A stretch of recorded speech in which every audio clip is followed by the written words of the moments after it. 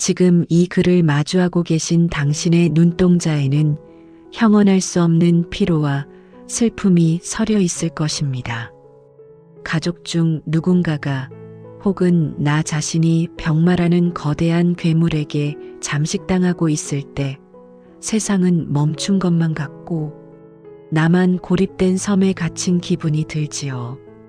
착하게 살았는데 왜 나에게 이런 일이 생기나, 저 사람은 멀쩡한데 왜 우리 가족만 이 고통을 겪어야 하나 하는 원망이 가슴 밑바닥에서 뜨겁게 치밀어 오를 때가 있을 겁니다. 그 마음을 숨기지 마세요. 억지로 성인군자인 척 평온을 가장하지 마십시오.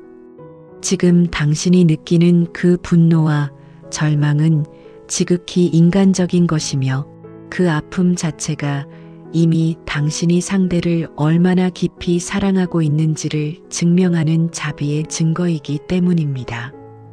우리는 오늘 뻔한 위로를 하려는 것이 아닙니다. 억지로 마음을 다스리라고 강요하지도 않을 것입니다. 그저 당신이 짊어진 그 무거운 바위를 잠시 바닥에 내려놓고 그 바위가 사실은 무엇으로 만들어졌는지, 그리고 이 폭풍우 속에서 어떻게 하면 익사하지 않고 헤엄쳐 나올 수 있는지, 그 생존의 길을 함께 찾아보고자 합니다. 왜 고통스러운가요? 불교의 시선으로 날카롭게 파고들어 봅시다. 사실 우리가 겪는 괴로움의 파랄은 병 그 자체가 아니라 병이 없어야 한다는 강력한 저항에서 옵니다.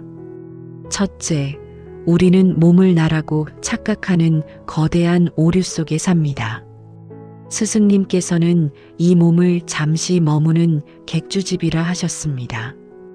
그런데 우리는 이 객주집이 영원히 깨끗하고 튼튼해야 한다고 고집합니다.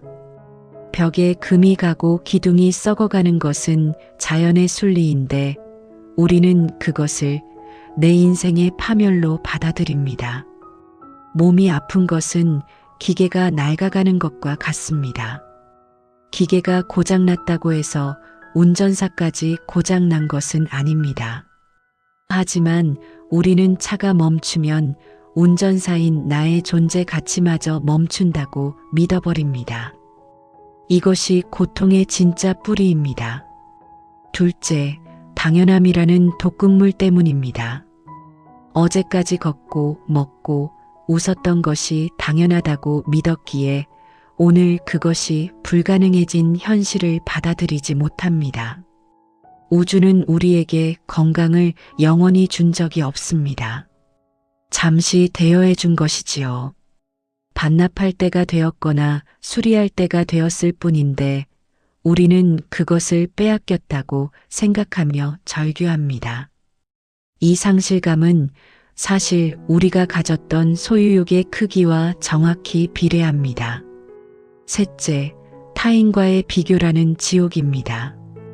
병실 창밖으로 지나가는 건강한 사람들을 보며 느끼는 그 박탈감은 독화살과 같습니다. 저들은 저렇게 평범하게 사는데 왜 나만? 이 질문은 답이 없는 늪입니다. 각자의 생에는 각자의 계절이 있습니다.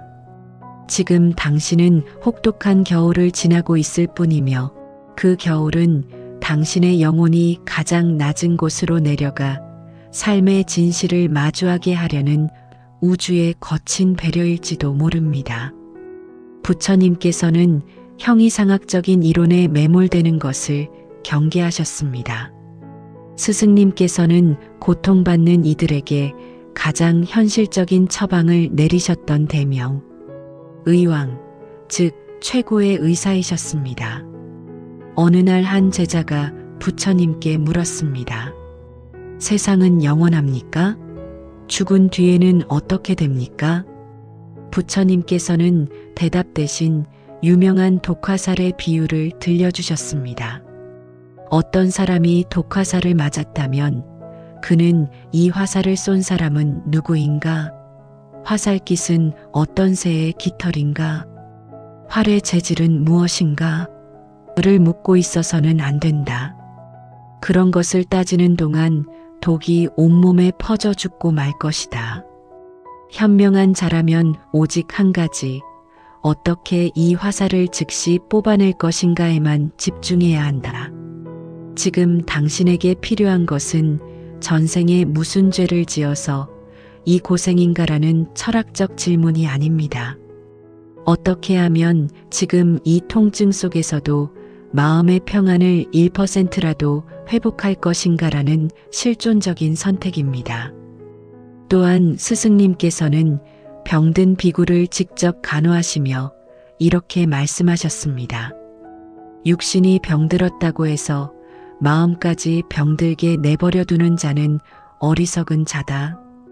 육신은 업의 결과물이라 어찌할 수 없는 부분이 있지만 마음은 지금 이 순간의 선택으로 자유로워질 수 있다. 부처님께서 돌아가시기 직전 육신의 고통으로 신음하실 때 제자 아난다가 울며 여쭈었습니다. 스승님마저 몸이 아프시면 저희는 누구를 의지합니까? 그때 스승님께서는 자등명, 법등명을 말씀하셨습니다. 자신을 등불로 삼고 진리를 등불로 삼아라. 육신은 쓰러지나 진리는 영원하다. 이 말씀은 곧 병든 가족이나 당신의 아픈 육신이 당신의 전부가 아니라는 선언입니다. 당신 안에는 병마가 감히 건드릴 수 없는 고결한 성품이 이미 완성되어 있다는 것입니다. 이제 식상한 내려놓음이라는 단어 대신 조금 더 발칙하고 현실적인 태도를 제안합니다. 고통의 한복판에서 삶의 주인이 되는 법입니다. 첫째, 최악의 시나리오와 친구가 되십시오. 우리가 괴로운 이유는 나빠질까봐 두렵기 때문입니다. 그 두려움을 정면으로 응시하십시오. 그래, 죽을 수도 있다. 그래, 영영 못 일어날 수도 있다. 라고 가장 두려운 지점을 직시해버리면 오히려 묘한 용기가 생깁니다. 죽음조차 삶의 한 과정임을 인정할 때 역설적으로 지금 살아있음의 감각이 깨어납니다.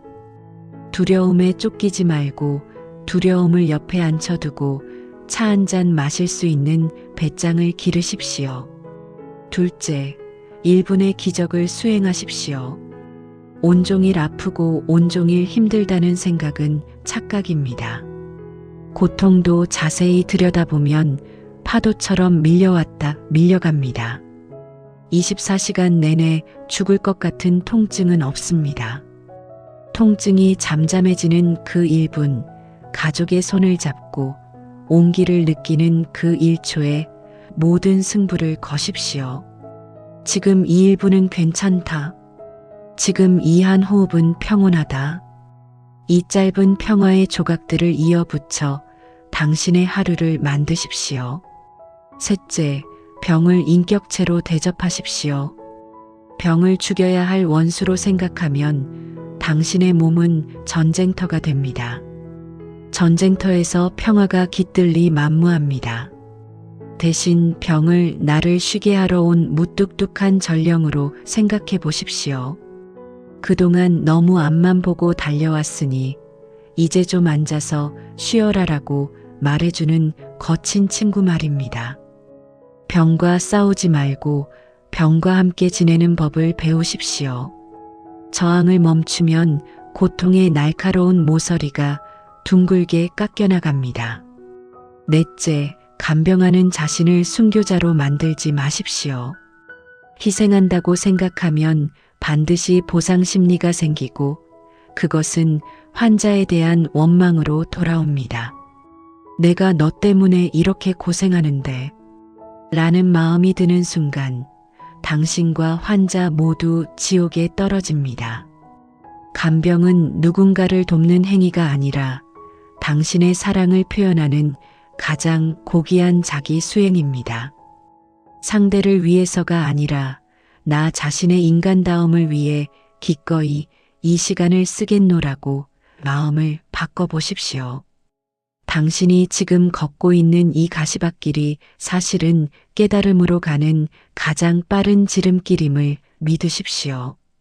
평탄한 길에서는 결코 삶의 깊이를 알 수 없습니다. 오직 절벽 끝에 서본 사람만이 허공을 나는 법을 배웁니다. 지금 환자의 손을 잡고 있다면 그 손의 주름과 온기에 집중하십시오. 당신이 아파 누워 있다면 당신의 심장 소리에 귀를 기울여 보십시오. 그 안에는 여전히 우주가 숨쉬고 있습니다. 병은 당신의 육신을 가둘 순 있어도 당신의 영혼까지 가둘 순 없습니다. 어두운 밤이 깊을수록 별은 더 또렷하게 빛납니다. 당신의 고통이 깊을수록 당신이 나중에 얻게 될 평화의 향기는 더욱 진동할 것입니다.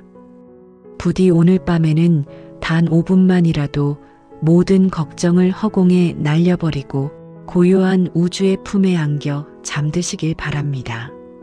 당신의 모든 순간에 부처님의 가피가 함께하기를, 그리고 당신의 눈물이 보석이 되어 돌아오기를 간절히 축원합니다. 마지막으로 가슴에 새길 한 문장을 드립니다. 폭풍우가 지나가길 기다리는 것이 삶이 아니라 쏟아지는 빛 속에서 춤추는 법을 배우는 것이 진짜 삶입니다. 성불하십시오. 여러분의 구독과 좋아요는 부처님의 말씀을 전하는 제게 큰 힘이 됩니다. 감사합니다.